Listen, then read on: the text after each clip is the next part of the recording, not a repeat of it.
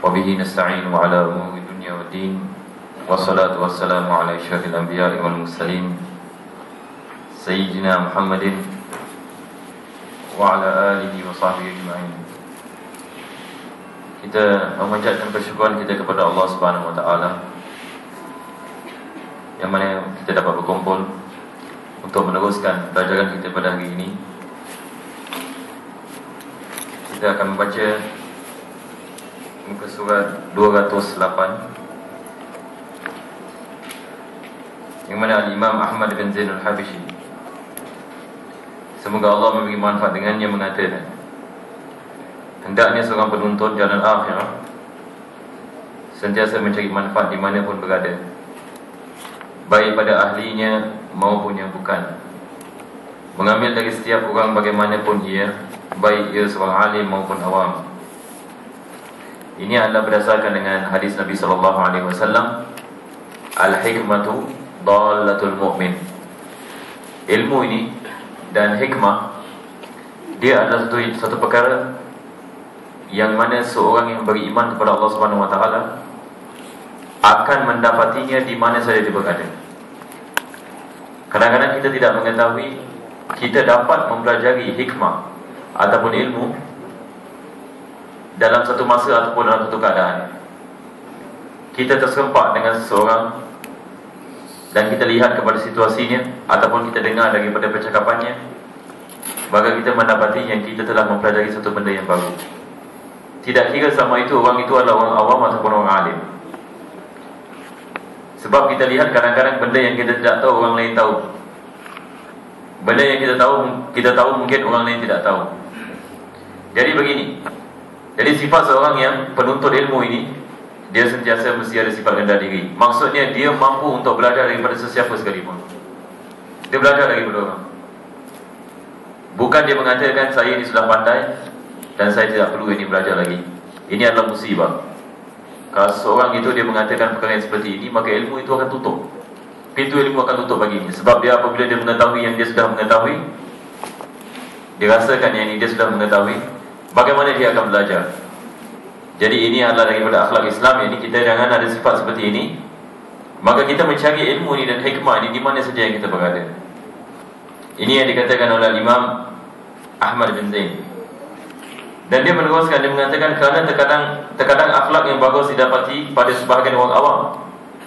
Kadang-kadang kita lihat ada orang biasa saja, dia bukan ulama dan sebagainya, tetapi dia ada budi pekerti yang baik, yang mungkin mereka-mereka yang mempelajari ilmu agama tidak ada akhlak sepertinya. Ini banyak berlaku. Kadang-kadang kita lihat ada orang yang biasa saja di solat dan sebagainya, biasa, tetapi ini dia mempunyai akhlak yang luar biasa. Ini adalah satu keistimewaan yang kita boleh mempelajari daripada dia. Kerana terkadang akhlak yang bagus didapati pada sebahagian orang awam dan tidak pada yang lainnya, termasuk dirinya. Di antara keadaan orang yang benar, seorang yang benar adalah mengambil dari teman bergaulnya segala yang baik yang ia lihat terdapat padanya. Ini adalah orang yang bijak. Jadi bila dia berteman, dia lihat apa teman ini, apa dia boleh belajar daripada teman ini. Dulu saya pernah ceritakan tentang kaum orang Islam dengan orang Mongol, kalau tidak silap saya. Orang Mongol ini apabila mereka sudah membunuh orang Islam di Baghdad dan sebagainya, mereka perang dengan orang Islam di Syria dan sebagainya. Pada akhirnya mereka kalah. Dan bila mereka kalah, banyak daripada mereka masuk dalam agama Islam, orang Mongol. Jadi orang Islam ini pada ketika itu, apabila mereka lihat kepada orang Mongol ini, mereka lihat orang Mongol ni tidak ada apa-apa benda yang ada pada mereka. Maksudnya tidak ada keistimewaan. Orang Mongol dahulu apa yang mereka buat? Mereka adalah seperti apa? Seperti Wira, yang mana mereka mementingkan perang, naik kuda dan sebagainya. Jadi mereka tidak melihat apa-apa keistimewaan bagi orang Mongol ini. Tetapi orang Islam ini, umat Islam pada zaman itu, ini sebahagian ulama-ulama Islam, mereka faham bahawasanya Allah Subhanahu wa taala apabila dia menciptakan satu kaum, dia ada memberikan khususiat kepada sesuatu kaum yang dia tidak memberikan kepada kaum yang lain. Itu sebab kita diajarkan dalam Islam dengan kita menghina satu kaum. Sebab mungkin kita menghina dia lebih baik daripada kita. Sebab semua adalah daripada makhluk Allah Subhanahu Wa Taala. Allah yang menciptakan. Kalau kita menghina makhluk Allah Subhanahu Wa Taala, seolah-olah kita menghina Allah Subhanahu Wa Taala. Allah Subhanahu Wa Taala mengatakan dalam Al-Quranul Karim, "Ya ayuhan nas, inna khalaqnakum min dzakarin wa untha, wa ja'alnakum syu'uban wa qabaila lita'arafu, inna akramakum 'indallahi atqakum." Wahai manusia, sesungguhnya aku telah menciptakan kau daripada seorang lelaki dan seorang perempuan. Ini Nabi Adam AS, Nabi Hawa. Wa ja'alnakum syu'uban wa qabaila. Dan aku telah menjadikan kamu puak-puak dan kaum-kaum. Kaum Cina, kaum Melayu, kaum India, kaum ini dan kaum itu. Apa sebabnya Allah mengatakan liyata'arafu, supaya mereka mengenali satu sama lain. Jadi ulama kita mereka mengatakan daripada ajaran Islam adalah kita mengambil manfaat daripada kaum yang lain. Sebab Allah Subhanahu Wa Taala memberikan khususiat-khususiat kepada satu kaum yang dia tidak memberikan kepada kaum yang lain. Jadi kaum muslimin pada zaman dahulu, mereka lihat kepada Mongol ini, mereka tidak dapat khususiat. Tetapi mereka cuba dan cuba dan cuba, mereka tidak kecewa. Pada akhirnya mereka mendapat tahu bahawasanya kaum Mongol ini kelebihan mereka adalah dalam seni. Mereka punya arts. Dan orang Islam mempelajari daripada orang Mongol tentang seni ini. Dan mereka mengukir masjid-masjid ini di Baghdad ataupun di negeri-negeri Islam yang lain mengikut kepada seni orang Mongol. Sampai hari ini kita boleh lihat seni orang Mongol di masjid-masjid ini orang Islam. Ini menunjukkan kepada kita bagaimana kita orang Islam ini kita sedia untuk kita belajar daripada kaum yang bukan Muslim. Sehingga Nabi kita SAW dia mengatakan, "Utlubul ilma walau bis-Sin." Belajarlah ilmu agama walaupun ke negeri China. Tapi mungkin hadis ini ada ulama mengatakan lemah, ada ulama mengatakan dhaif dan sebagainya ataupun maudhu'. Tetapi tidak ada haram untuk kita mempelajari ilmu-ilmu ini daripada kaum yang bukan Muslim. Sebab selagi mana ada kebaikan di dalamnya, maka kita mempelajari daripadanya. Ulama-ulama kita dahulu bersama juga, mereka mempelajari daripada kaum yang bukan Muslim tentang ilmu-ilmu keduniaan dan sebagainya. Maka ini adalah satu tradisi ini, tradisi umat Islam yang mana kita mementingkan ilmu lebih daripada orang lain. Jadi apa-apa ilmu yang akan memberikan kita manfaat dalam dunia ini dan pada akhirat, maka ini adalah dituntut di dalam agama Islam. Jadi ini adalah sikap ini seorang Muslim. Kita berdoa kepada Allah Subhanahu Wa Taala, semoga Allah ini memberikan kepada kita taufik dan hidayah, insya-Allah. Seterusnya kita akan masuk kepada kitab Zubat. Dan pada minggu yang lepas kita telah berhenti pada muka surat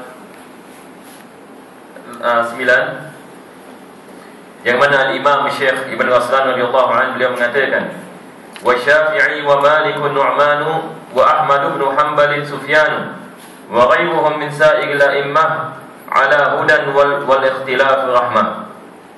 Imam Syafi'i, Imam Malik, Imam Nu'man, ini Imam Abu Hanifah, Imam Ahmad bin Hanbal, Imam Sufyan al-Thawri dengan imam-imam yang lain adalah orang yang berada di atas petunjuk Allah Subhanahu Wa Taala.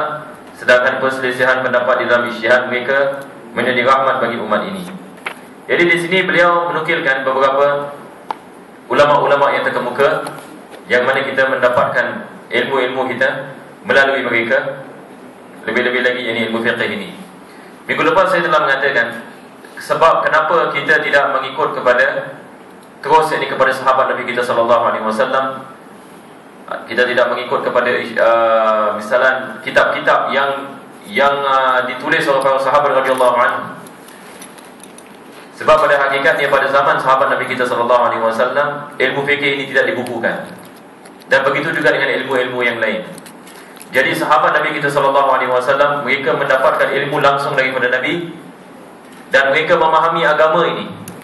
Tetapi mereka tidak mengumpulkan ilmu tersebut. Jadi mereka memahami ilmu tersebut dan ilmu itu berada dalam hati-hati mereka dan jiwa-jiwa mereka. Jadi mereka mengamalkan Quran dan mereka mengamalkan sunnah. Dan mereka adalah golongan yang paling alim ataupun golongan yang paling faham tentang agama Allah Subhanahu Wa Taala. Sebab mereka mendapatkan ilmu langsung daripada Nabi kita SAW. Cuma saya telah mengatakan sebab ini kita tidak ikut kepada mazhab ataupun kita mengatakan mazhab itu belum ada pada zaman mereka. Sebab zaman yang mana dinukilkan ataupun dituliskan ilmu-ilmu mereka itu belum lagi sampai. Jadi sahabat Nabi kita sallallahu alaihi wasallam, walaupun ilmu-ilmu mereka ini tidak dibukukan, tetapi mereka memahami ilmu fiqh ini dan mereka melakukan ijtihad. Jadi ulama-ulama yang datang selepas sahabat Nabi kita sallallahu alaihi wasallam seperti tabi'in misalnya, mereka mendapatkan ilmu daripada sahabat radhiyallahu anhum. Dan begitu juga zaman tabi'in, ilmu fiqh ini tidak dibukukan. Belum dibukukan. Ada sedikit sebanyak mereka menuliskan hadis dan sebagainya, tetapi tidak dibukukan secara rasmi. Sehinggalah datang zaman imam-imam ini, zaman Imam Abu Hanifah, yakni pada akhir kurun yang pertama dan awal pada kurun yang kedua. Kita kalau lihat sejarah, kita akan mendapati mazhab ini terkeluar, dan ulama-ulama mujtahidin mereka keluar pada zaman ketika ini. Sebab ini adalah zaman yang mana banyak pembukuan ditulis pada zaman ini. Begitu juga dengan hadis Nabi kita sallallahu alaihi wasallam. Jadi keluar Al-Imam Abu Hanifah. Al-Imam Abu Hanifah, beliau mempelajari daripada tabi'in. Beliau dikirakan sebagai tabi'in. Jadi tabi'in ini mendapatkan ilmu daripada sahabat Nabi sallallahu alaihi wasallam. Jadi apa yang dilakukan oleh Al-Imam Abu Hanifah, beliau membukukan ilmu fiqh. Apa yang dia faham daripada tabi'in, yang didapati daripada sahabat Nabi sallallahu alaihi wasallam, maka beliau memahaminya dan beliau membukukan. Dan semua yang fatwa-fatwa beliau, isyad-isyad beliau yang balik kepada sahabat Nabi dan Nabi kita sallallahu alaihi wasallam, semua ditulis dalam kitab-kitab beliau. Selepas itu dikenali sebagai mazhab Imam Abu Hanifah. Sebenarnya ia balik kepada pembukuan yang dilakukan oleh beliau. Begitu juga dengan Imam Malik yang datang selepas Imam Abu Hanifah. Beliau juga membukukan mazhab, membukukan pendapat-pendapat para tabi dan para salaf dan para sahabat Nabi sallallahu alaihi wasallam, dan ia dikenali sebagai mazhab Maliki.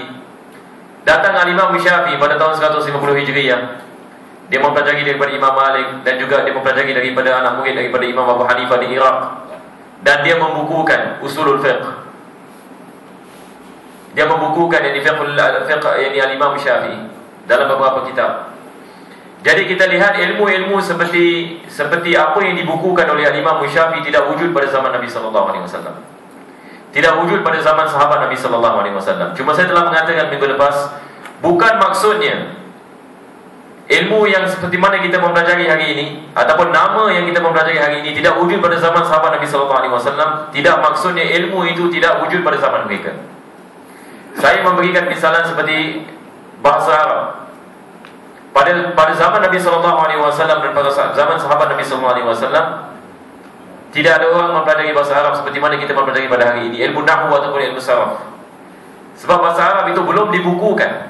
Tetapi bukan maksudnya bahasa Arab ini tidak dibukukan, bukan maksudnya bahasa Arab itu tidak wujud pada zaman mereka. Mereka adalah golongan yang lebih faham bahasa Arab lebih daripada sesiapa yang datang selepas mereka. Sebab Al-Quranul Karim diturunkan dalam bahasa Arab. Jadi apa yang kita dapat faham adalah bukan maksudnya namanya tidak ada, bukan maksudnya ilmu itu tidak ada. Dia ada tetapi dia tidak dibukukan. Kita nak kena faham ini. Begitu juga dengan ilmu usul fiqh. Kita tidak pernah dengar sahabat Nabi sallallahu alaihi wasallam mempelajari ilmu usul fiqh. Kita tidak akan dengar ini. Apa ini ilmu usul fiqh? Dia adalah ilmu yang mengajarkan kepada kita bagaimana kita nak faham dalil. Bagaimana kita nak faham dalil. Dia mengajarkan kepada kita. Tetapi sahabat Nabi sallallahu alaihi wasallam mereka tidak berhajat untuk mempelajari ilmu fiqh, ilmu usul fiqh. Sebab ilmu usul fiqh itu sendiri ada pada diri mereka. Mereka mendapat langsung daripada Nabi sallallahu alaihi wasallam. Jadi pada zaman mereka tidak dibukukan sebuah ilmu yang dipanggil sebagai ilmu usul fiqh. Tetapi apabila datangnya Imam Syafi'i, beliau merupakan orang yang pertama yang membukukan ilmu usul fiqh. Beliau merupakan orang yang pertama. Begitu juga dengan ilmu tasawuf. Kita tidak pernah dengar sahabat Nabi sallallahu alaihi wasallam mempelajari sebuah ilmu yang dipanggil sebagai ilmu tasawuf. Nama ilmu tasawuf, namanya tidak wujud. Tetapi bila kita membicarakan tentang ilmu tasawuf ini, apa kandungannya? Kita cakap pasal ikhlas, kita cakap pasal tawadhu', kita cakap pasal mengeluarkan sifat-sifat yang terkecil daripada hati kita, kita cakap pasal tazkiyatun nafs. Ini semua wujud pada zaman mereka. Cuma tidak diberikan nama tasawuf. Tidak diberikan nama tasawuf. Jadi kita mengatakan bukan maksudnya nama tasawuf ini tidak wujud pada zaman mereka, bukan maksudnya kandungan dia pun tidak wujud. Mereka adalah golongan yang paling dekat kepada Allah Subhanahu wa taala zahir dan batin. Mereka bukan saja memahami ilmu tasawuf, tetapi mereka mengamalkan apa yang ada pada ilmu tasawuf. Tetapi zaman sekarang kadang-kadang bila kita membicarakan tentang tasawuf ataupun kita mencakapkan sufi dan sebagainya, maka ada orang salah faham. Dia bilang ini adalah bid'ah. Sebab tidak dipelajari oleh para sahabat radhiyallahu anhum, tidak dikenali pada zaman Nabi sallallahu alaihi wasallam. Kita mengatakan berapa banyak ilmu yang wujud pada zaman sekarang, namanya tidak wujud pada zaman Nabi, tetapi kandungannya ada. Semua datangnya daripada Quran dan Sunnah, datangnya daripada Nabi kita sallallahu alaihi wasallam. Begitu juga dengan madhab. Kita lihat Al-Imam Syafi'i, beliau mengumpulkan madhab dan beliau membukukan ilmu fiqh ini. Jadi bila kita memahami perkara seperti ini, daripada sini baru kita memahami pentingnya untuk kita balik kepada imam-imam kita dalam kita menentukan ilmu hukum ahkam ini dalam ilmu fiqh ini. Sebab bila Al-Imam Syafi'i misalnya, bila beliau mengumpulkan ilmu fiqh ini, bukan saja beliau mengumpulkan dalil-dalilnya, tetapi beliau melakukan ijtihad. Beliau mengeluarkan hukum daripada Quran dengan Sunnah. Dan beliau lihat kepada fatwa yang dikeluarkan oleh para sahabat Nabi sallallahu alaihi wasallam dan juga para tabi'in dan muhaddis yang besar-besar yang tinggal pada zaman beliau. Jadi beliau memudahkan kita dengan menuliskan sebuah kitab yang praktikal untuk kita. Apa yang kita harus lakukan dan apa yang harus kita tidak lakukan. Apa-apa perkara yang akan membuat solat kita batal, apa-apa perkara yang wajib untuk kita melaksanakan. Apa itu sunnah-sunnah dalam solat. Semua yang ini dituliskan dalam sistematik. Jadi supaya dimudahkan bagi mereka-mereka yang datang selepas imam-imam ini. Jadi kita tidak payah pening kepala kita nak membicarakan tentang dalil, bagaimana dia mendapatkan dalil, tentang khilaf ulama dalam memahami Quran ataupun memahami hadis Nabi sallallahu alaihi wasallam. Jadi untuk menyenangkan diri kita, itu sebab kita mengatakan penting hari ini untuk kita mengikut kepada mazhab. Sebab bila kita mengikut kepada mazhab, kita mengikut kepada ulama-ulama yang ijtihad daripada Quran dengan Sunnah, yang memahami Al-Quran ini lebih daripada kita. Siapalah kita kalau kita nak mengatakan kita tak nak ikut kepada mazhab? Kalau kita nak mengatakan kita nak terus ikut kepada Sunnah Nabi sallallahu alaihi wasallam, kita nak ikut kepada Quran, Al-Quranul Karim dan Sunnah, tanpa ini ikut kepada imam-imam kita, maka ini adalah mustahil. Sebab kita tidak mampu untuk kita melakukannya. Jadi apabila kita tidak mampu untuk kita melakukannya, maka penting untuk kita ada sifat rendah diri. Ini penting ini bagi seorang yang membagi ilmu agama.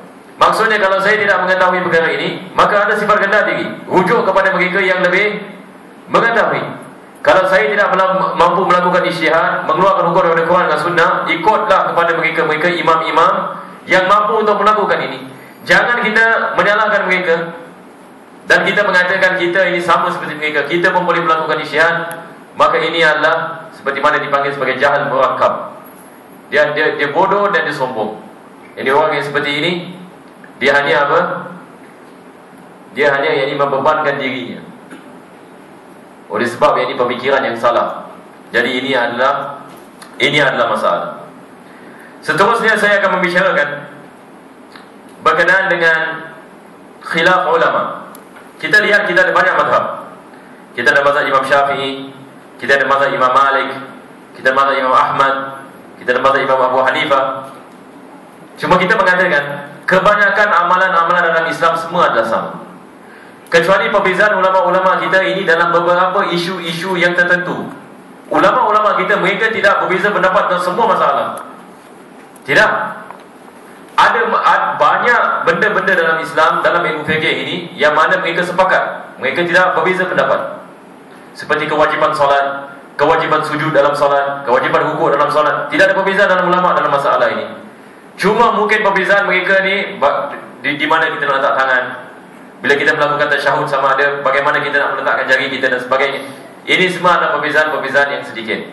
Jadi oleh sebab ada perbezaan seperti ini, maka di sinilah kita dapat lihat khilaf di antara para ulama. Kenapa ulama-ulama kita khilaf? Kenapa mereka berbeza pendapat? Kenapa tidak mereka semua satukan hati kepada satu mazhab? Mungkin ada orang ini dia berfikir, dia mengatakan kenapalah ada terlalu banyak mazhab? Kenapa tidak ada satu dia mazhab? Satu dia cara. Daripada sini kita dapat menyatukan semua umat Islam. Ada orang memikirkan begitu. Saya ingin mengatakan ini mustahil. Kalau kita mengatakan tidak ada perbezaan pendapat, ini adalah mustahil. Sebabnya kenapa? Ini penting ya jemaah, kita nak kena faham sebabnya. Kalau kita tidak dapat faham sebabnya, maka kita akan confuse. Kita boleh nubegi, kita tahu bagaimana kita nak berhadapan dengan pendapat-pendapat dan sebagainya. Pertama sekali saya akan membicarakan tentang Al-Quranul Karim. Jadi kita akan bicara tentang Al-Quran dan sebab itu kita balik kepada sunnah. Al-Quranul Karim ini wajib untuk tiap-tiap orang Islam beriman bahawasanya ia datang daripada Allah Subhanahu Wa Taala. Wajib daripada awal sampai akhir. Maksudnya kalau ada seorang Muslim yang tidak beriman walaupun dengan satu ayat ataupun beberapa huruf dalam Al-Quranul Karim, maka dia terkeluar daripada agama Islam. Al-Quran begitu. Wajib untuk kita beriman kesemuanya datangnya daripada Allah Subhanahu Wa Taala, diwahyukan kepada Nabi Muhammad sallallahu alaihi wasallam. Dia bukan hasil karangan Nabi kita sallallahu alaihi wasallam, tetapi dia datang daripada Allah Subhanahu Wa Taala. Sebab Nabi kita sallallahu alaihi wasallam ummi, dia tidak tahu baca dan dia tidak tahu tulis, tapi dia diberikan wahyu daripada Allah. Ini wajib bagi kita tiap-tiap orang Islam. Ini bila kita mengatakan Al-Quran ini daripada Allah Subhanahu Wa Taala, istilah dalam ilmu fiqh ini kita mengatakan Al-Quran ini dia qat'iyatus thubut. Ini perkataan mungkin susah sikit. Qat'iyatus thubut. Saya sengaja mengatakan bahasa Arabnya sebab ada banyak implikasinya. Qat'iyah thubut, maksudnya kita tidak boleh ada syak dan ragu-ragu. Ini qat'i. Satu benda kita mengatakan dia adalah qat'i, maksudnya apa? Tidak ada khilaf dan tidak boleh ada syak wa sangka. Maksudnya Al-Quran, bila kita mengatakan adakah Al-Quran ini daripada Allah, kita tidak boleh ada syak wa sangka sebab dia qat'i. Kita tidak ada khilaf dalam masalah ini. Kita tidak akan lihat orang Islam berbeza pendapat sama ada Al-Quran ini daripada Allah ataupun daripada Nabi Muhammad SAW. Kita tidak akan dapat bagaimana seperti ini. Sama ada Al-Quran ini, satu orang beriman ini daripada Allah ataupun bukan. Kalau dia beriman daripada Allah, dia seorang Muslim. Kalau dia mengatakan bukan daripada Allah, dia terus keluar daripada agama Islam. Sebab dia qat'i. Dia adalah kitab yang diberikan kepada Nabi kita sallallahu alaihi wasallam, dan beribu-ribu sahabat Nabi sallallahu alaihi wasallam menghafal Al-Quran bila Nabi kita sallallahu alaihi wasallam masih hidup lagi. Dan sahabat Nabi sallallahu alaihi wasallam ini memberikan kepada tabi'in dan sebagainya. Jadi beribu-ribu umat ini menghafal Al-Quran. Jadi mustahil untuk kita mengatakan Al-Quran ini ditambahkan ataupun dikurangkan. Maka ia datang daripada Nabi SAW yang diwahyukan oleh Allah Subhanahu Wa Taala. Kita mengatakan ini adalah qat'iyah, subut. Tidak ada syak dalam sangka tentang kesahihannya. Ini perkara yang pertama. Tetapi apa yang saya nak membicarakan tentang Al-Quran yang penting kita nak kena faham. Al-Quran ini walaupun dia adalah qat'i daripada Allah Subhanahu Wa Taala, tetapi ayat-ayatnya, kandungan Al-Quranul Karim ini, sebahagian daripadanya adalah istilah dipanggil dhanniyah. Dhanniyah ini dia berbeza dengan qat'i. Qat'i ini dia adalah satu benda yang dia tidak boleh tukar, satu benda yang pasti. Tetapi kalau kita mengatakan dhanni, dia boleh berubah. Dia boleh berubah.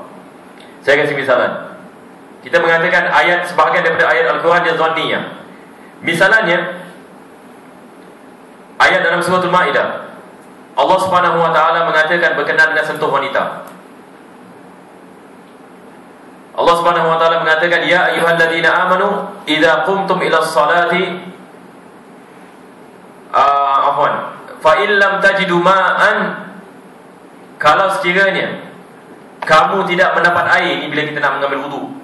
Fa in lam tajidu ma'an fatayammamu fa in lamastumun nisa wa lam tajidu ma'an fatayammamu sa'idan tayyiban. Di dalam ayat ini Allah Subhanahu Wa Taala dia mengatakan, kalau kamu sentuh wanita dan kamu tidak dapat air untuk mengambil wudu, maka dibolehkan bagi kamu untuk tayamum. Jadi Allah Subhanahu Wa Taala mengatakan fa'in lamastumun nisa. Apa yang dimaksudkan dengan lamastumun nisa? Ulama-ulama kita mereka berbeza pendapat. Sebab kita nak kena faham bahasa Arab ini, dia satu perkataan ada banyak makna. Ini adalah bahasa yang dipilih oleh Allah Subhanahu Wa Taala untuk Al-Quranul Karim. Jadi bila ulama-ulama kita mereka balik kepada Al-Quran, mereka melihat Al-Quran ini boleh ditafsirkan dengan beberapa tafsiran. Daripada sini kita ada khilaf ulama. Kita mengatakan Al-Quran adalah Al-Quran, dia adalah qat'i. Tetapi ayat-ayat seperti ini dia dhanniyah dalam dalilnya. Sebab kalimah la mastumun nisa boleh makna sama ada dia makna kamu sentuh wanita, ataupun dia pun boleh makna kamu bersatu dengan wanita, yakni bersatu dengan isteri kamu. Al-Imam Syafi'i mengatakan ayat ini maksud daripada la mastumun nisa adalah kamu sentuh kulit ke kulit. Tetapi Imam Hanafi, Imam Abu Hanifah Nu'man, dia mengatakan yang dimaksudkan dengan la mastumun nisa adalah kamu bersatu, yakni bersetubuh. Itu sebab Imam Abu Hanifah dia mengatakan kalau seorang lelaki yang bukan mahram sentuh kepada perempuan yang bukan mahram, tidak batal wudunya sama sekali. Ini ada dalam mazhab Imam Abu Hanifah. Tetapi kita dalam mazhab Imam Syafi'i kita mengatakan batal walaupun dengan isteri kita. Betul ke tidak? Khilaf ulama. Kenapa mereka berbeza? Sedangkan Al-Imam Syafi'i dia dalilkan dengan Al-Quran, Imam Abu Hanifah pun dalilkan dengan Al-Quran. Kedua-duanya balik kepada Al-Quran, tetapi fahaman mereka tentang ayat Al-Quran ini berbeza. Sebab Al-Quran ini ada makna yang banyak. Itu sebab daripada sini kita lihat ulama kita berbeza pendapat. Imam Syafi'i mengatakan tidak batal, Imam Hanafi mengatakan tidak batal. Kedua-duanya balik kepada Al-Quranul Karim. Sebab ayat-ayat seperti ini dipanggil sebagai dhanniyah dalam dalilnya. Ini adalah satu perkara yang dikehendaki oleh Allah Subhanahu Wa Taala. Itu sebab Imam Syekh daripada Rasulullah dia mengatakan waqtilafuhum rahmah. Khilaf di antara mereka adalah rahmat bagi kita. Sebab kalau agama Islam ini hanya satu pendapat, bagus ke tak bagus? Hanya satu pendapat saja. Sama ada A ataupun B, masalah ini. Susah ini gitu kita nak mengamalkan agama begitu.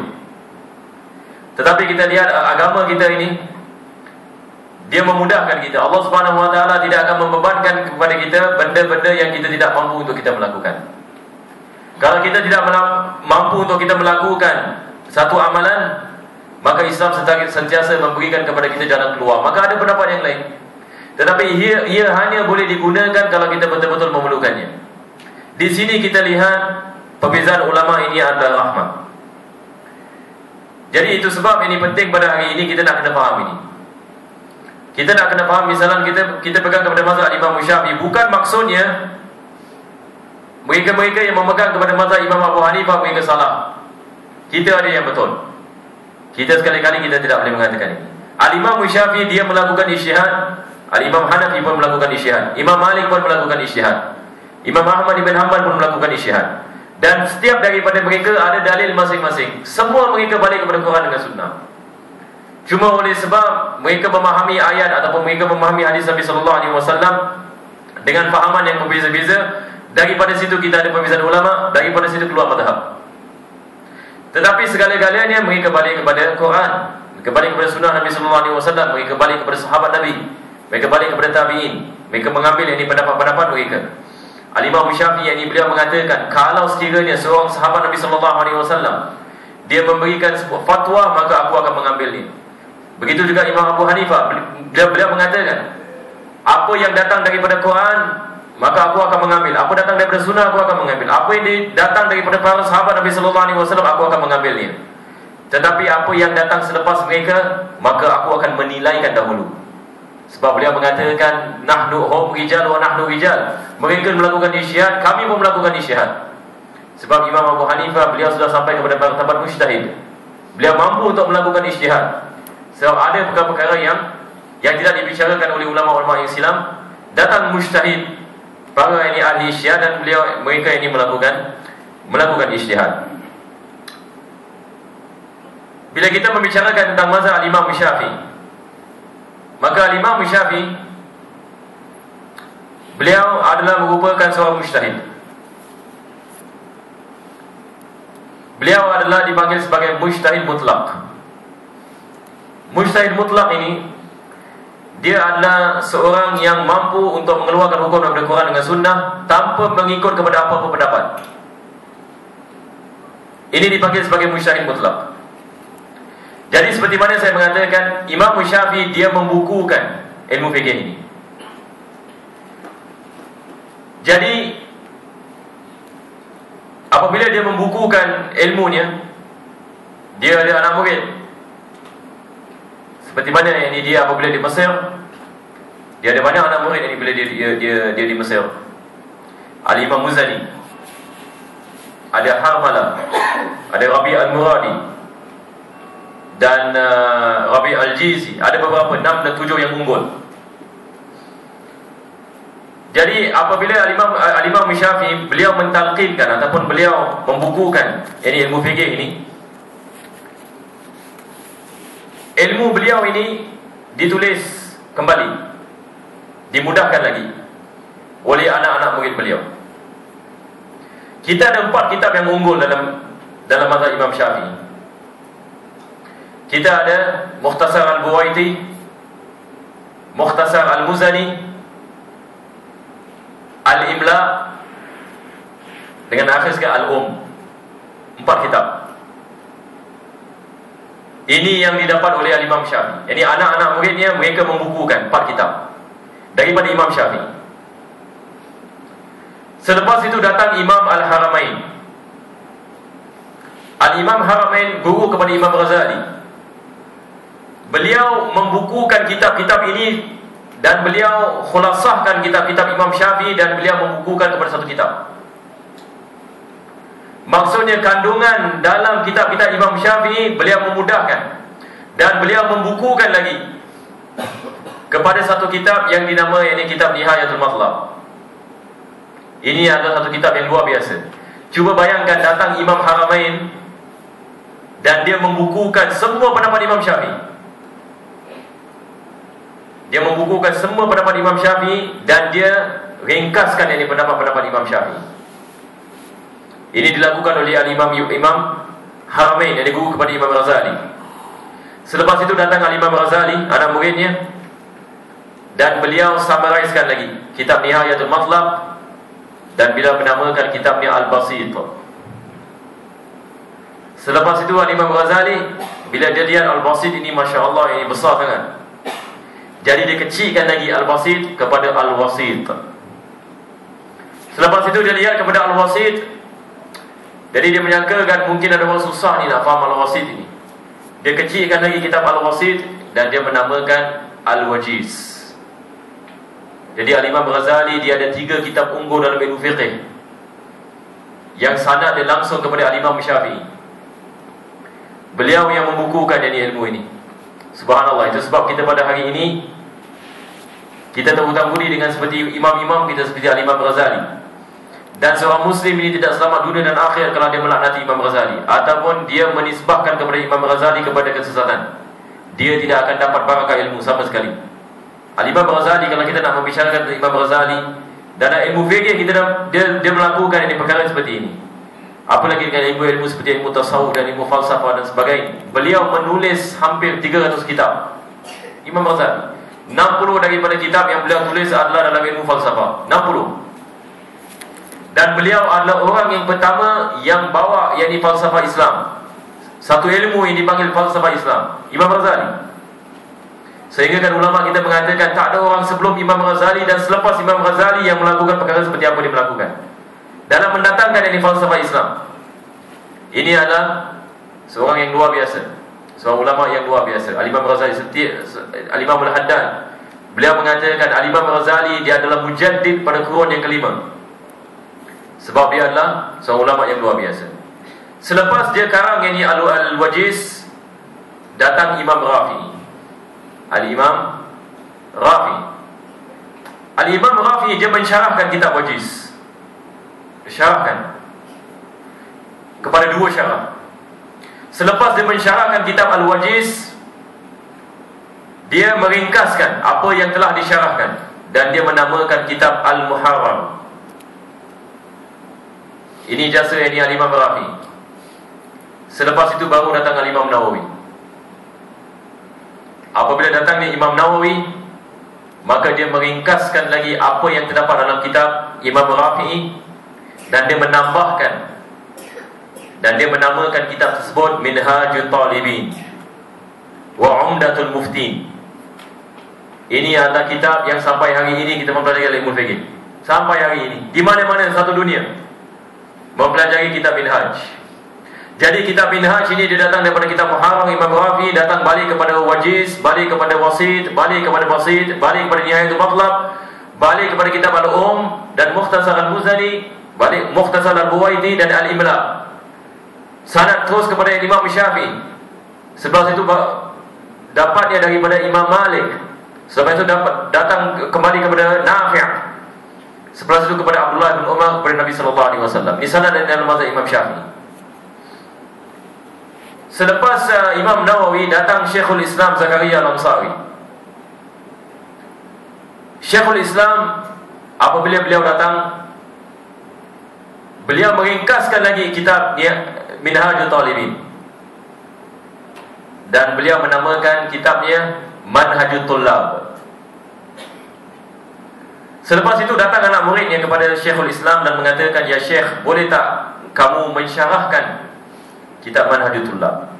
Maka dia mensyarahkan. Jadi dia pada mulanya dia merumuskan kitab Minhajul Talibin kepada Manhajul Tullab. Selepas itu dia mensyarahkan kitab yang sama. Dia mensyarahkan kitab Manhajul Tullab dan dia menamakan kitabnya, kitab apa yang dibaca tadi Halaqah tiap-tiap hari Rabu yang Habib Umar syorkan. Ana lupa subhanallah kitabnya.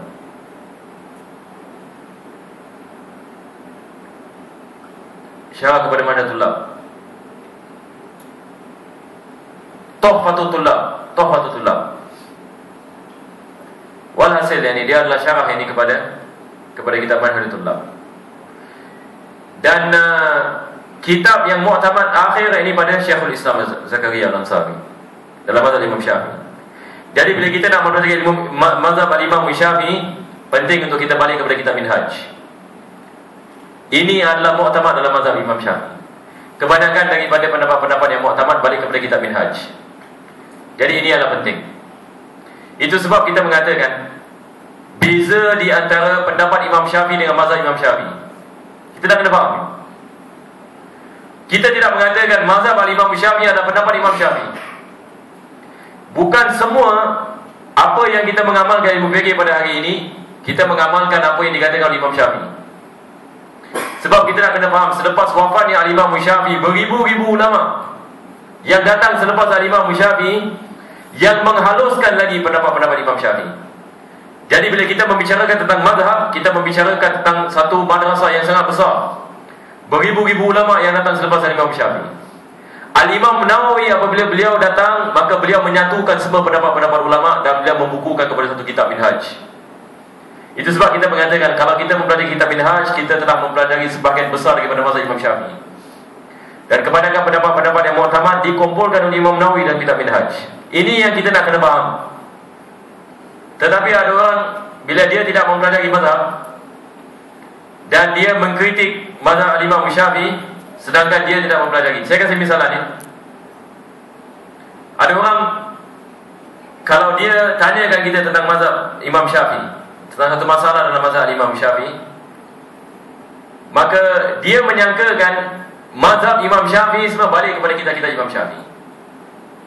Saya sudah bertemu beberapa rakan saya. Kita membicarakan tentang satu masalah dalam ilmu fikih, dia balik kepada kitab Imam Syafi'i, kitab Al-Um. Misalnya, kitab Al-Um bukan mu'tamad dalam mazhab Imam Syafi'i. Dia adalah daripada kitab Imam Syafi'i, tetapi kita tidak boleh menggunakan kitab Al-Um sebagai ini pendapat yang mu'tamad.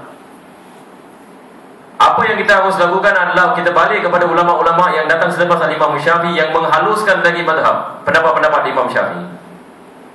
Dan saya telah membicarakan tentang ini kalau seorang perempuan ini dia melahirkan anak, wajib tak dia mandi hadas ataupun dia tak mandi hadas? Kita dalam mazhab Imam Syafi'i kita mengatakan kalau sekiranya seorang perempuan ini dia melahirkan anak dan tidak keluar darah nifas, wajib dia mandi hadas. Kalau sekiranya walaupun tidak keluar darah nifas. Tapi biasanya kalau perempuan ini dia melahirkan anak keluar darah nifas, dan darah nifas hukumnya sama dengan darah haid. Tapi kalau kita mengatakan seperti Fatimah radhiyallahu anha, anak kepada Nabi kita sallallahu alaihi wasallam, beliau melahirkan anak beliau tanpa darah nifas. wajib yakni beliau melakukan mandi hadas besar. Kita mengatakan wajib untuk dia mandi hadas besar. Al-Imam Syafi'i tidak membicarakan masalah ini dalam kitab Al-Um. Tidak membicarakan masalah ini. Siapa yang membicarakan masalah ini? Ulama-ulama yang datang selepas Imam Syafi'i. Jadi kakak saya, bila saya mengatakan seperti ini, dia bawa kitab Al-Um dan dia tunjukkan kepada saya, lihat kitab Al-Um, mana ada masalah ini? Tidak dibicarakan oleh Imam Syafi'i. Jadi dia mengatakan bagaimana saya ini boleh mengikut kepada mazhab Imam Syafi'i sedangkan saya tidak balik kepada kitab Al-Um.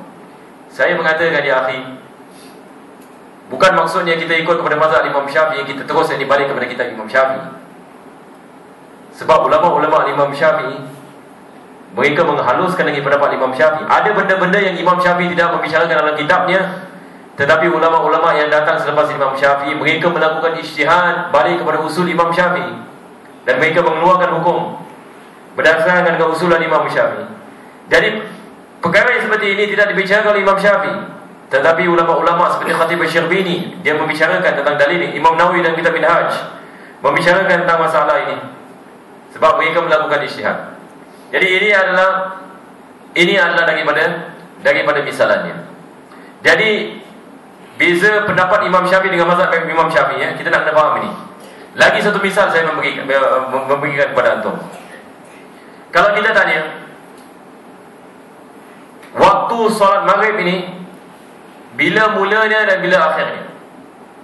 Kalau kita balik kepada pendapat Imam Syafi'i, Al-Imam Syafi'i sendiri dia mengatakan waktu solat maghrib ini hanya 15 atau 20 minit. Maksudnya selepas azan maghrib kita ada masa untuk kita melakukan azan, kita mengambil wudu, kita qamat sembahyang 7 rakaat. Jadi 3 rakaat ini solat fardu dan 4 rakaat ini solat sunnah qabliyah dengan ba'diyah. Dia mengatakan waktu ini adalah waktu maghrib. Jadi cuba bayangkan berapa minit agak-agak. Satu orang mengambil wudu, azan, qamat dan sembahyang 7 rakaat. Agak-agak berapa minit? Kita mengatakan mungkin 20 minit. Ini 20 minit adalah masa bagi solat maghrib. Jadi cuba bayangkan kalau maghrib ini pukul 7:20 dah habis dah maghrib. Sebab maksudnya kalau kita solat selepas 7:20 qada. Kalau kita sengaja berdosa. Ini pendapat Imam Syafi'i. Tetapi ulama-ulama selepas yang wafatnya Al-Imam Syafi'i, mereka mengumpulkan dalil-dalil daripada Quran dengan Sunnah dan mereka melakukan ijtihad dan mereka berbeza dengan Imam Syafi'i. Kebanyakan daripada ulama-ulama yang datang selepas Imam Syafi'i bercanggah dengan Imam Syafi'i dalam masalah ini. Mereka mengatakan yang sahih adalah waktu maghrib ini sampai isyak. Jadi kita mengatakan ini adalah mazhab Syafi'i. Dia bukan pendapat Imam Syafi'i, tetapi dia mazhab Syafi'i. Boleh faham ya? Dia adalah mazhab Syafi'i. Ini penting ini, kita nak kena faham. Sebab orang yang di luar sana kalau mereka tidak tahu perkara seperti ini, maka mereka mengatakan Imam Syafi'i cakap begini, kenapa kita mengamalkan begini? Kita mengatakan kita membicarakan tentang mazhab. Kita membicarakan ribu-ribu ulama. Ini bukan satu ulama, bukan satu Imam Syafi'i saja. Tapi kita membicarakan tentang ulama-ulama yang beribu-ribu yang keluar yang sebab dah beberapa kurun sebelum ini.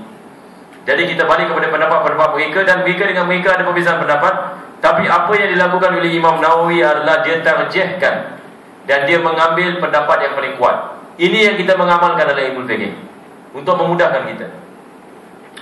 Baik, jadi ini adalah sikit sebanyak berkaitan dengan sejarah mazhab Imam Syafi'i. Jadi semua imam-imam sama ada Imam Syafi'i, Imam Abu Hanifah, Imam Malik ini, mereka semua adalah golongan yang diridai oleh Allah Subhanahu Wa Taala. Yani akidah mereka, fahaman mereka adalah fahaman Ahlussunnah wal Jamaah. Dan semua amalan-amalan mereka dikenali sebagai imam-imam kita. Yang mana Allah Subhanahu Wa Taala mengangkatkan darajat-darajat mereka. Jadi wajib untuk kita menghormati mereka dan menghormati pendapat-pendapat mereka.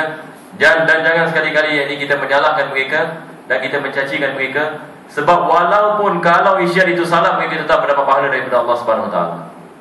Nabi kita sallallahu alaihi wasallam dia mengatakan man ijtahada wa fa'asaba falahu ajran. Barang siapa yang melakukan ijtihad dan dia betul dalam ijtihadnya, dia dapat 2 pahala. Wa man ijtahada wa akhta, tapi barang siapa yang melakukan ijtihad dan dia salah, dia dapat satu pahala. kedua-duanya akan mendapatkan rahmat daripada Allah Subhanahu Wa Taala. Jadi ini yang dikatakan oleh Syekh Ibn Raslan. Dia mengatakan semua ala hudan. Mereka yang ini atas akidah yang betul, dan mereka atas yakni jalan yang betul, yakni hidayah daripada Allah Subhanahu Wa Taala, wal ikhtilafu rahmah, dan perbezaan pendapat di antara mereka adalah rahmat Allah Subhanahu Wa Taala. Seterusnya dia membicarakan tentang aulia, wali-wali Allah Subhanahu Wa Taala.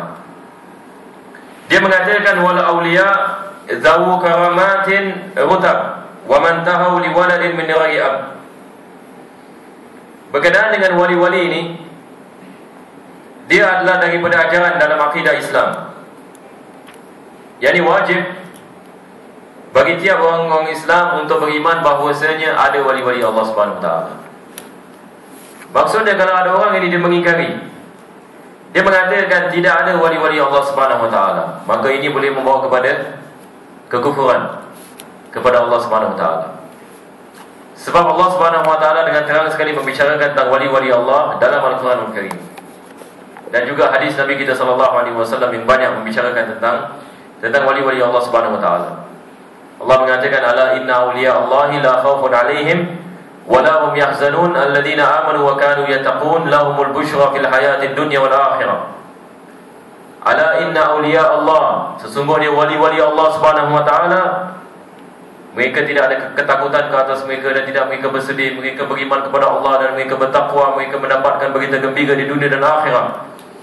Mereka dipelihara oleh Allah Subhanahu Wa Taala. Aulia ini dia jamak wali. Dan wali ini dia ada dua wajah tentang maknanya. Dua wajah maksudnya dia ada dua pendapat. Dua pendapat. Yang pertama sekali, ada ulama mereka mengatakan perkataan wali ini dia adalah daripada wazan dari dalam musarraf fa'il. Dia seperti mana kita mengatakan Habib. Apa makna Habib? Habib ini adalah maknanya adalah mahbub, yakni orang yang dicintai. Ini dipanggil dari siratul maf'ul, ismul maf'ul, yakni maknanya adalah yang dicintai. Jadi pendapat yang pertama dia mengatakan wali ini wazannya adalah fa'il, dia seperti Habib. Tetapi daripada wali ini maknanya, kalau kita mengatakan dia daripada wazan fa'il, maksudnya dia adalah seorang yang dipelihara oleh Allah Subhanahu Wa Taala. Maksud daripada wali adalah mahfuz, dijaga. Satu orang yang dijaga oleh Allah Subhanahu Wa Taala. Jadi ini pendapat yang pertama. Pendapat yang kedua, mereka mengatakan wali ini dia adalah wazan fa'il, tetapi maksudnya mubalarah. Tadi ismul maf'ul. Pendapat yang kedua mengatakan ismul mubalarah. Kita kan ini semua daripada musarraf. Beza ismul maf'ul dengan ismul mubalarah. Ismul maf'ul adalah perkara yang dibuat oleh, ini dicintai tadi kita mengatakan, ataupun dijagai. Tetapi bila kita mengatakan ismul mubalarah, maksudnya seseorang yang melakukan ibadat kepada Allah Subhanahu Wa Taala dengan tekun dan ikhlas. Jadi pendapat yang pertama mengatakan seorang yang dijaga oleh Allah Subhanahu Wa Taala. Pendapat yang kedua mengatakan satu orang yang melaksanakan perintah Allah Subhanahu Wa Taala dengan cara yang terbaik. Tetapi kebanyakan ulama kita, mereka menyatukan kedua-duanya. Jadi wali ini adalah seseorang yang sentiasa melaksanakan perintah Allah dan jauhkan diri mereka dari perlarangan Allah. Seperti mana Allah mengatakan alladzina amanu wa kanu yattaqun, dalam masa yang sama mereka dijagai oleh Allah Subhanahu Wa Taala. Berdasarkan dengan hadis qudsi dalam Sahih Imam Bukhari, Nabi sallallahu alaihi wasallam mengatakan man 'ada li waliyan faqad adzan bil harb. Barang siapa yang memusuhi wali aku, Allah Subhanahu Wa Taala mengatakan aku akan mengisytiharkan peperangan ke atasnya. Yani dia dalam jagaan Allah Subhanahu Wa Taala, dan dia sentiasa melaksanakan perintah Allah Subhanahu Wa Taala. Baik.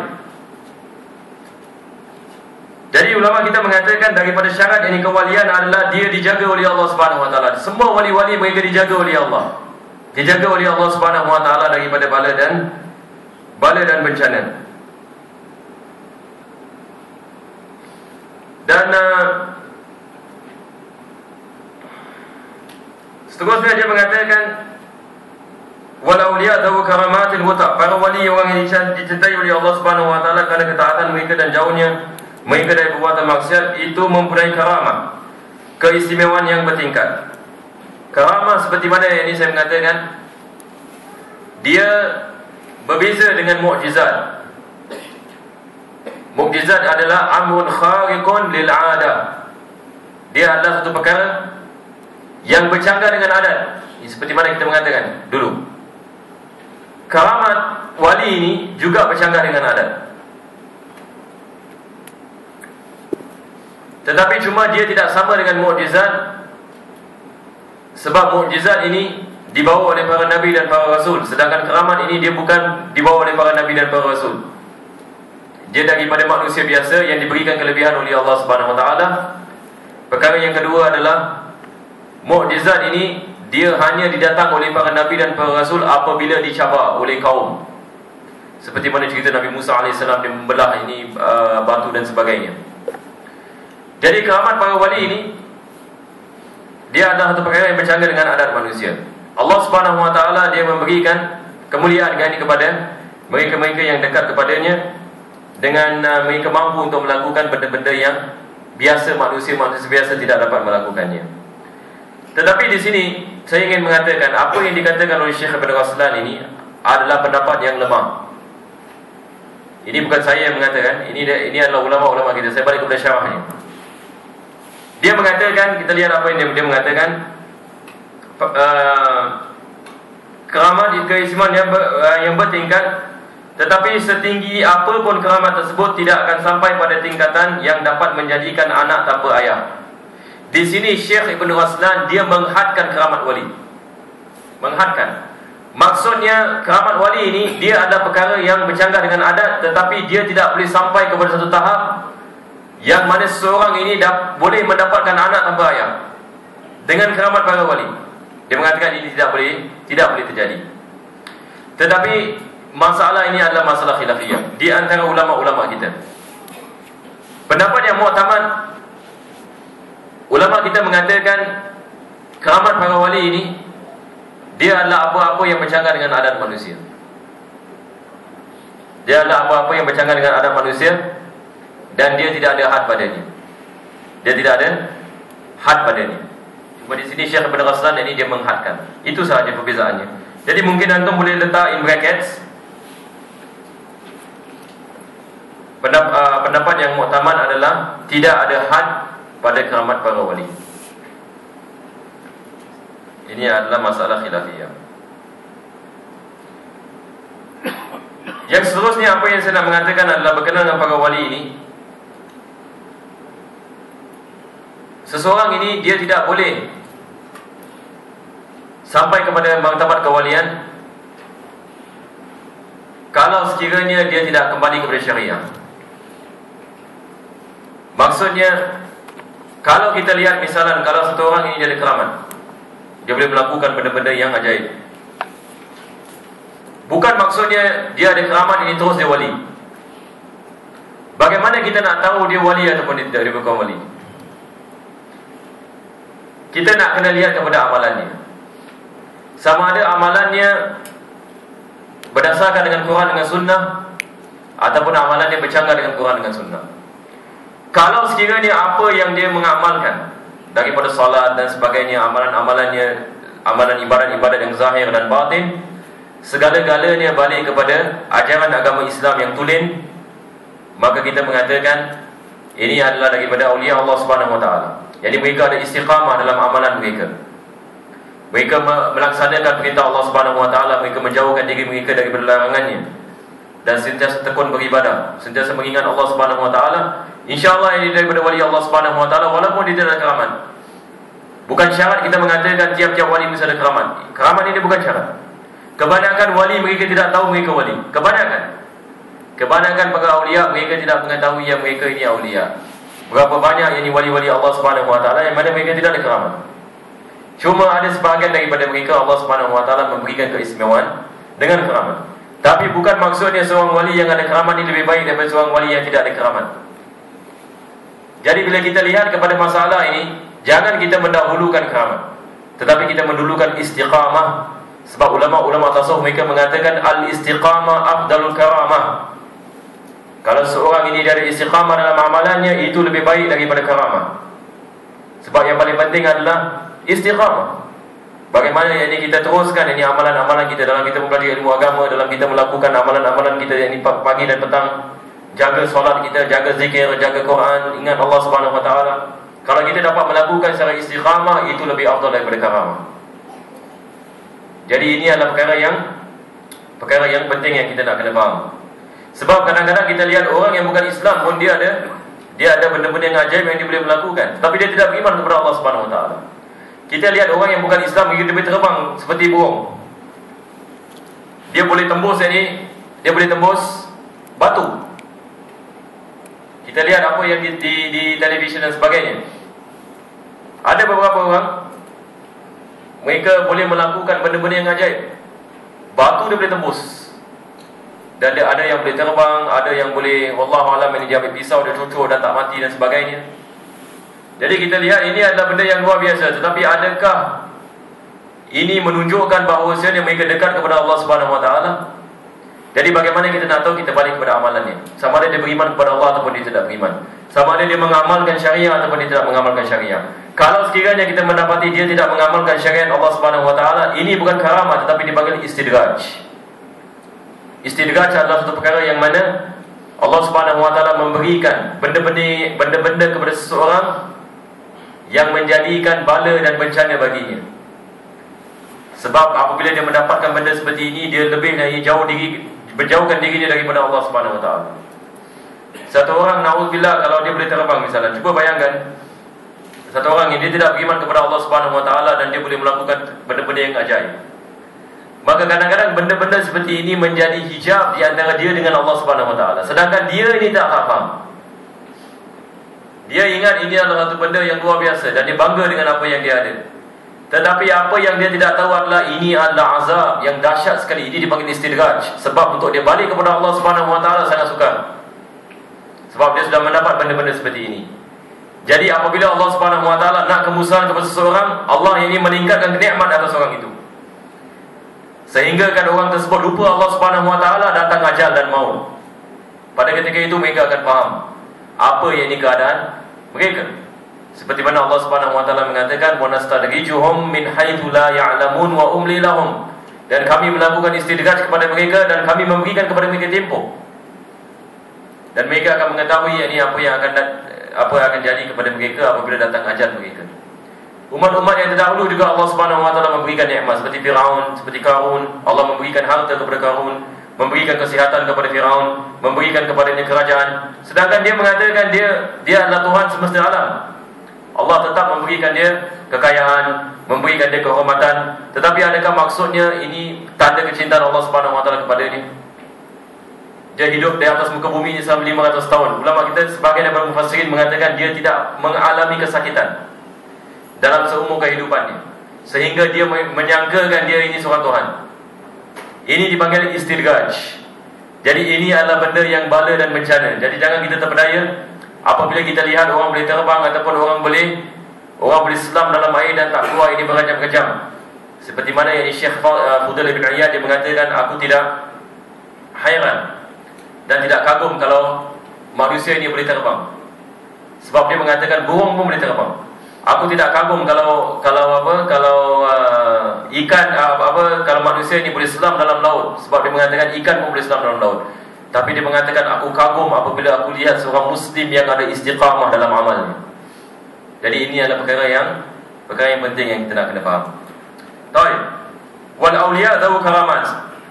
Kalau satu orang ini mengatakan wali-wali ini tidak ada keramat, ini pun masalah. Kalau dia mengingkari keramat ini boleh mendatangkan kekufuran. Kalau ada orang mengatakan keramat ini semua ada benda merepek, tidak ada dalam Islam, na'udzubillah min dzalik, ini boleh terkeluarkan daripada agama Islam. Ini bahaya. Jadi kita mengatakan wali-wali Allah itu ada dan keramat-keramat ada. Jadi Allah memberikan mereka keramat, memberikan kepada mereka benda-benda yang luar biasa. Bagaimana kita dapat beriman dengannya? Bila kita balik kepada Al-Quran Al-Karim, kita lihat beberapa kisah dalam Al-Quran. Allah Subhanahu Wa Taala menceritakan kepada kita bagaimana satu orang ini boleh mendatangkan satu istana daripada Yaman pergi ke Palestin. Satu orang, dia boleh bawa satu istana, boleh angkat satu istana dari Yaman pergi ke Palestin. Dalam Al-Quran Al-Karim, Nabi Sulaiman alaihissalam ini dia tanyakan kepada rakyatnya, siapa di antara kamu yang mampu untuk mendatangkan kepada aku istana Balqis, yakni di Yaman, dia di Palestin. Seorang daripada jin yang namanya Ifrit, wa qala Ifritun ana atika bihi qabla an taquma min maqamik. Jadi jin ini mengatakan kepada Nabi Sulaiman, aku boleh mendatangkan istana itu sebelum kau bangun daripada tempat duduk kau. Ajib. Maksudnya Nabi Sulaiman sedang duduk, sebelum kau bangun istana akan datang. Istana, maksudnya dia akan angkat ini istana daripada negeri Yaman pergi Palestin. Berapa jauh? Kita kalau nak angkat beg dia daripada negeri Yaman, kita nak pergi Palestin, pun ini bukan benda yang senang aja kalau kita nak pikul. Apalagi satu istana, macam mana nak pikul istana? Tetapi Allah Subhanahu Wa Taala mengatakan wa qala alladhi utul ilm, dia yang Allah Subhanahu Wa Taala memberikan kepada ilmu, dia mengatakan ana sa'atika bihi qabla an yartadda ilaika tawfuk. Dia mengatakan aku boleh mendatangkan istana itu in a blink of an eye, yakni sebelum kau kelip mata kau, istana ini ada kat depan. Dan betul-betul dia dapat mendatangkan istana Balqis. Apa dipanggil ini? Orang yang ini dia bukan Nabi dan dia bukan Rasul, dia orang biasa. Tetapi dia adalah daripada wali Allah Subhanahu Wa Taala. Ini adalah karamah. Jadi kita tidak boleh mengingkari benda-benda seperti ini. Ini benda yang boleh berlaku. Begitu juga tentang Ashabul Kahfi. Mereka tidur dalam gua selama 309 tahun, tak mati. Kalau kita ikut kepada akal fikiran kita, mustahil ini. Satu orang kalau dia tidur, dia tidak boleh tidur 309 tahun. Kalau dia tidur 309 tahun, ngomong dia mati. Tapi Allah Subhanahu Wa Taala mengatakan kami menjaganya. Kami yang menjaga mereka, dan kami tidurkan mereka selama 309 tahun. Mereka bukan Nabi dan mereka bukan Rasul, tetapi mereka adalah awliya Allah Subhanahu Wa Taala. Begitu juga dengan Maryam alaihissalam. Tiap-tiap kali Nabi Zakaria alaihissalam datang kepadanya, dia mendapati ada buah-buahan di sisi Maryam. Maka dia mengatakan, ya Maryamu anna laki hadha, ya Maryam, daripada mana kau dapat makanan ini? Dia mengatakan, qalat ya min indillah, inna Allah yarzuqu man yasha'u bighairi hisab. Ini adalah daripada Allah. Allah memberikan rezeki kepada sesiapa yang disukai tanpa perkiraan. Maka ini semua adalah misal-misal dalam Al-Quran Al-Karim yang menunjukkan kepada kita bahawasanya keramat para wali-wali ini adalah perkara yang benar. Allah memberikan benda-benda seperti ini kepada mereka-mereka yang bertakwa, yang dekat kepadanya. Jadi kita tidak boleh mengingkarinya. Cuma keramat wali dengan wali yang lain berbeza. Maksudnya martabat mereka berbeza. Ada wali lebih dekat kepada Allah, ada wali kurang dan sebagainya. Maka mereka ada perbezaan yang di situ.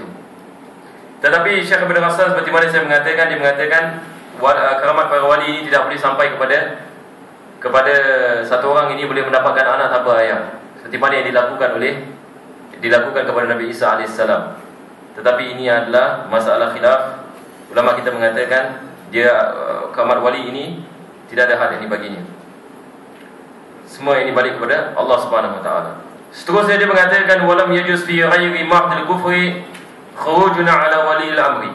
Tidak boleh bagi kita untuk keluar dari ketaatan seorang penguasa selama dia tidak memerintahkan kekufuran, melanggar hukum syarak. Dan saya rasa insya-Allah kita akan membicarakan pada 2 minggu yang akan datang, sebab minggu depan kita ada syarahan ini di sini yang akan disampaikan oleh Syekh Umar Al-Khatib daripada Darul Mustafa. Kita ada majlis selepas maghrib, majlis maulid selepas maghrib, dan selepas isyak kita ada syarahan di sini. Jadi kita akan meneruskan 2 minggu daripada sekarang. Kecuali kalau sesiapa ada soalan, silakan. Ada siapa yang ada soalan?